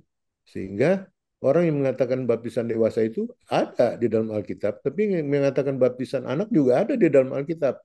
Cuma baptisan anak tidak tertulis bahwa itulah juga anak-anak dibaptis gitu, nggak ada gitu. Hanya pemahaman bahwa satu rumah dibaptis itu berarti satu keluarga, ada bapak, ibu, dan anak-anaknya, bahkan hamba-hambanya. Sehingga baptisan dewasa dan baptisan anak itu kalau menurut pendapat saya secara pribadi sama-sama benarnya aja, nggak ada masalahnya. Cuma apa yang kita lakukan sekarang ini adalah pemahaman bahwa baptisan itu tidak menyelamatkan. Baptisan itu adalah meterai keselamatan, gitu. Ya, Tuhan Yesus katakan dia meterai keselamatan. Jadi kita sebagai orang tua membawa anak kita atau cucu kita untuk dibaptis untuk sebagai tanda bahwa kita menyatakan iman kita atas nama anak itu untuk dimeteraikan dalam karya keselamatan Allah oleh Yesus Kristus. Jadi dia meterai keselamatan. Artinya meterai itu kan janji. Apa itu kesepakatan. Kalau kita tanda tangan di atas meterai kan ada para pihak namanya ya. Pihak sana dan pihak sini sama-sama berjanji kan gitu. Nah, materai keselamatan itu seperti itu. Kita berjanji kepada Tuhan, kita akan memelihara anak ini. Dan Tuhan berjanji, oke, saya akan memberikan anugerah keselamatan karena imanmu atas nama anak itu gitu. Jadi materai keselamatan itu adalah perjanjian dua belah pihak antara kita dengan Tuhan tentang anak ini gitu. Tapi dia bukan keselamatan itu sendiri, keselamatan itu hanya ada di dalam Yesus kan gitu. Tapi kita mengimaninya, menyerahkan supaya anak ini istilahnya didaftarkanlah untuk mendapatkan apa itu namanya, namanya tercatat di dalam buku kehidupan untuk diperoleh keselamatan. Jadi macam-macam hal, nanti ada baptisan air, baptisan selam, baptisan ini, baptisan itu, macam-macam gitu. Ada baptisan sekaligus dalam nama Bapa, Anak, dan Roh Kudus, ada baptisan dalam satu-satu, dalam nama Bapa sendiri, dalam nama Bapa Anak sendiri, dalam nama Roh Kudus sendiri, macam-macam jadinya. Yaitu yang tadi saya katakan, ada rupa-rupa angin pengajaran dari luar gereja maupun dari dalam gereja. Kita harus mencermatinya dengan apa namanya, sungguh-sungguh menyandarkan kepada kebenaran Alkitab. Jadi baptisan dewasa oke, baptisan anak-anak juga oke, karena dua-duanya ada di dalam Alkitab gitu. Ya. Jadi tidak masalah sebetulnya. Cuma jangan kemudian yang melaksanakan baptisan dewasa mengatakan baptisan anak itu salah. Gitu. Itu tidak benar juga karena dua-duanya ada di dalam Alkitab kan gitu. Kenapa Yesus tidak dibaptis waktu anak-anak gitu kan, persoalannya kan di situ gitu kan. Nah, karena pada waktu itu kan dia masih menjalani kehidupan sebagai orang Yahudi gitu. Sehingga pada saat dia kemudian Rasul Yohanes Pembaptis tampil, dia mengatakan, nah inilah saatnya saya harus menjadikan diri saya sama dengan umat yang akan saya selamatkan untuk menjalani karya keselamatan Allah itu. Jadi sebetulnya begitu. Tidak usah terlalu dipertentangkan gitu ya. Cuma persoalannya kan bagi kita kan ada juga orang yang sudah dewasa baru masuk Kristen kan, gitu. Nah kan kemudian kita melakukan tindakan yang sama gitu, baptisan dan CD sekaligus, gitu. Dan kita melakukan baptisan dewasa juga bagi orang yang baru masuk Kristen setelah dia dewasa, gitu. Jadi sebetulnya kita juga melaksanakan praktek baptisan dewasa, cuma tidak diwajibkan bahwa harus begini, harus begitu. Karena di dalam pemahaman iman kita, di dalam dogma protestantisme, di mainstream church mengatakan baptisan yang benar itu apabila dilakukan di tengah persekutuan jemaat, didahului dengan pengakuan percaya dari yang mau membawa dibaptis atau yang mau dibaptis, dan dilakukan sesuai dengan perintah Yesus, yaitu dalam nama Bapa, Anak, dan Roh Kudus. Kalau itu yang dilakukan, sah. Mau dewasa ke, mau bayi, asal dalam nama Bapa, Anak, dan Roh Kudus. Diawali dengan pengakuan iman percaya dan di dalam persekutuan bergereja. Gitu. Terima kasih Pak ya. Pak Pertanyaannya Pendeta, luar biasa tuh. Pak Ya. Pendeta, tapi tadi Pak Frans sempat bertanya kan, kalau misalnya dilakukannya setelah dewasa, bagaimana kalau anak itu meninggal pada saat masih kecil, belum dibaptis? Itu ya Pak Frans? Mm-mm. Nah, Ini itu ada. makanya itu saya punya maksud kan, eh, kita membaptis itu kan karena saya pernah mendengar ada pendeta berkhotbah bahwa kalau orang di satu rumah itu belum dibaptis, dia tidak mau memelihara iblis di dalam rumah katanya. Ada satu pendeta saya pernah dengar berkhotbah seperti itu. Karena pada saat itu ada baptisan anak-anak. Terima kasih Pak Pendeta. Iya, iya. Iya, jadi Menambah. di dalam pemahaman bergereja kita secara protestantisme dan mainstream church ini ya, itu dikatakan bahwa bila di dalam satu rumah ada satu orang yang beriman kepada Tuhan Yesus, maka semuanya itu berada di dalam naungan anugerah Allah, gitu kan? Itu yang harus kita imani. Jadi kalau sampai anak itu belum sempat dibaptis lalu meninggal misalnya, kan gitu, itu menurut pemahaman iman kita sepanjang orang tuanya beriman kepada Tuhan Yesus Kristus, anak itu juga sudah melekat imannya gitu karena pemahaman tentang apa itu anugerah Tuhan Yesus itu terhadap seseorang yang beriman di dalam rumah itu gitu. Itu yang kita yakini. Kan ada juga yang saya pernah melayani apa ini bayi yang dimakamkan karena meninggal di dalam kandungan gitu. Lantas bagaimana kita membaptisnya gitu? Masa di dalam perut kita mau baptis kan gitu kan nggak mungkin. Nah, orang tuanya juga gelisah tentang hal itu. Saya tekankan nggak begitu. Sepanjang ibu sudah beriman, kan anak ibu juga ikut mendapatkan anugerah Tuhan Allah gitu ya. Gitu. Di dalam surat Paulus juga dikatakan seperti itu ya. Gitu. Orang yang tidak beriman kepada Tuhan Yesus yang ada di dalam kaitan dengan keluarga yang beriman, dia secara tidak langsung dinaungi oleh anugerah Tuhan juga. Gitu. Ada pemahaman yang mengatakan itulah yang disebut dengan Kristen anonim gitu ya. Tapi nggak usah diperpanjang ya, jadi panjang ceritanya kalau Kristen anonim ya. Dia tidak menyatakan imannya secara KTP gitu ya, tapi dia melaksanakan praktek-praktek kehidupan secara Kristiani gitu. Jadi dia disebut Kristen anonim gitu ya. Gitu. Makanya saya sering katakan ada orang Kristen yang tidak Kristiani, tapi ada orang yang tidak Kristen tapi hidupnya Kristiani kan gitu ya. Nah, itu Kristen-Kristen anonim dia begitu ya. Tidak mengakui Yesus secara verbal, tapi tindakan-tindakan kehidupannya itu mencerminkan ajaran Yesus gitu. Jadi itu yang disebut Kristen anonim ya. Tidak Kristen tapi hidupnya Kristiani gitu. Sebaliknya ada orang yang Kristen tapi hidupnya tidak Kristiani kan parah juga ya.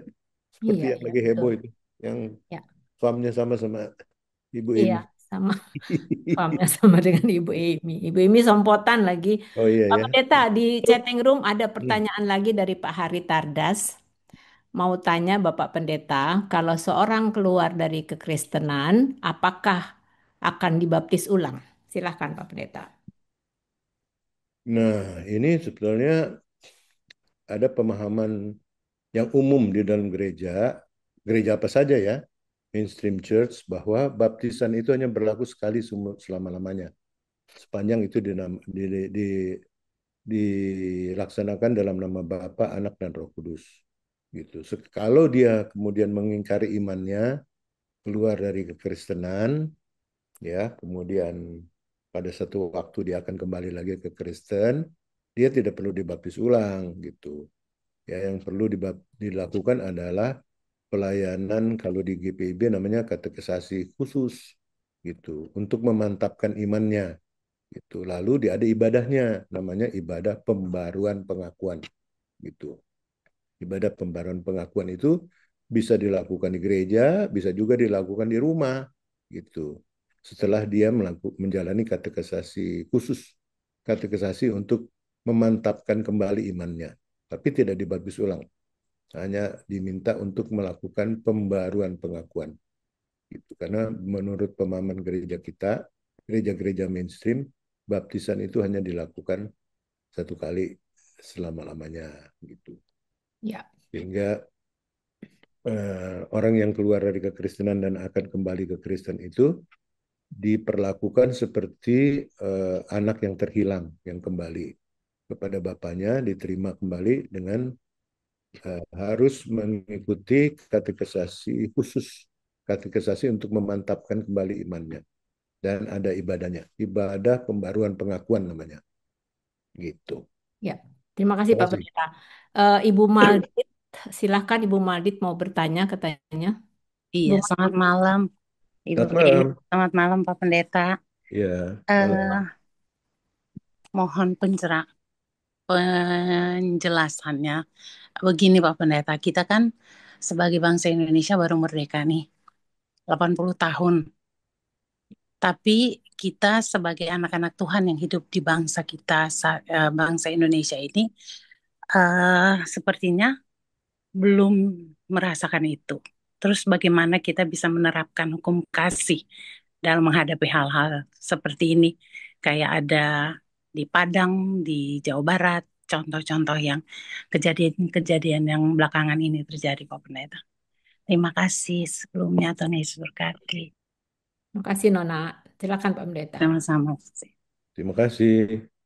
Ya, jadi sebetulnya kalau kita mau merujuk kepada sejarah gereja dan juga sejarah kekristenan, hal-hal seperti itu kan sudah dialami sejak masa gereja mula-mula ya, gitu.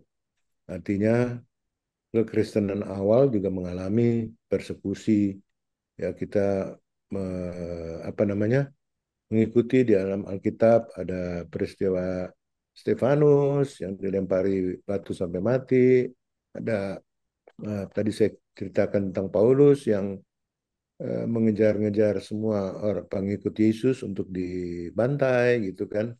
Jadi sejak awal kekristenan itu sudah terjadi. Jadi sebetulnya hal itu bukan sesuatu yang sangat baru di dalam kehidupan kekristenan. Yang harus kita lakukan adalah pertama, ini ada dua hal ya. Artinya kita mengkritisi saudara-saudara kita, tapi kita juga harus melakukan introspeksi. Ya. Introspeksi itu dalam arti kata, bagaimana kita harus menjadi orang Kristen atau gereja yang diterima dan dicintai oleh masyarakat. Itu yang introspeksinya ke dalam ya. Bagaimana kita menjadi gereja yang diterima dan dicintai oleh masyarakat. Nah, ini kan menyangkut kesaksian juga gitu ya. Saya dan beberapa orang yang ada di Zoom meeting ini ada apa ini berangkat dari berjemaat di GPB Yahya di Grogol di Jakarta Barat. Itu gerejanya sama masjidnya itu satu tembok gereja dengan masjid, satu tembok sejak dahulu kala sampai sekarang dan tidak pernah ribut sampai sekarang. Dari sejak saya kecil sampai sekarang. Dan gereja Yahya, GPB Yahya itu Jalan Dr. Sumeru di Grogol masih ada berdiri sampai sekarang. Masjid itu di sebelahnya juga masih ada sampai sekarang.